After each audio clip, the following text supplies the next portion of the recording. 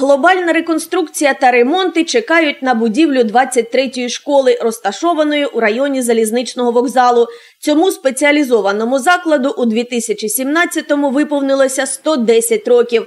Про вік будівлі свідчить напівзруйнований піддашок та колони. Проте колектив школи, як може, утримує її у належному стані. Першим етапом реконструкції став сучасний ремонт у спортивній залі. Вона засяяла новими кольорами та поки що пахне свіжими фарбами. Ремонтувалося геть усе, починаючи від стелі і закінчуючи підлогою. До речі, як зазначила директор школи Олена Тюріна, рішення про ремонт стелі було ухвалено вже в процесі, адже знов-таки, зважаючи на вік школи, покрівля могла почати протікати будь-якого моменту.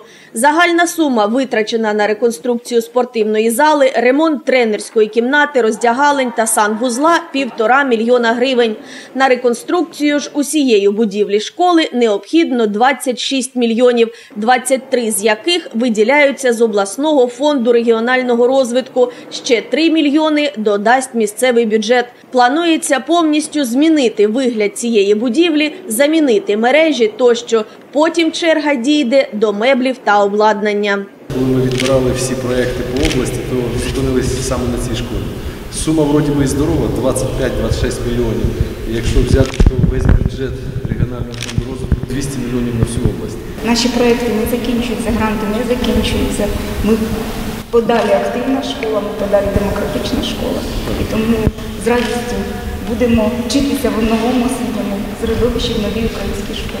Якщо з реконструкцією школи усе зрозуміло, то перспективи ремонту дорожнього покриття на Привокзальній площі та будинку культури залізничників досить туманні. Місто чекає на гроші з того ж фонду регіонального розвитку. На ці заходи необхідно 35 мільйонів гривень. Міська влада перекладає ремонти на Укрзалізницю та чекає звідти участі та фінансових вливань. Проте ані держава, ані залізниця не поспішають реагувати на ці прохання. Тим більше, що потік пасажирів суттєво скоротився, аби не сказати, що зовсім зник. Дехто взагалі передбачає ймовірне закриття станції Мелітополь. Проте, як би не складалося, у цій частині міста мешкають такі самі люди, як і у центрі. До них міські чиновники вже мали б почати ставитися не лише як до електорату, а як до городян, що мешкають саме тут. Як про це нагадує напис на логотипі, який так полюбляють використовувати чиновники для власного піару, та коли намагаються зіграти на патріотичних почуттях мешканців Мелітополя.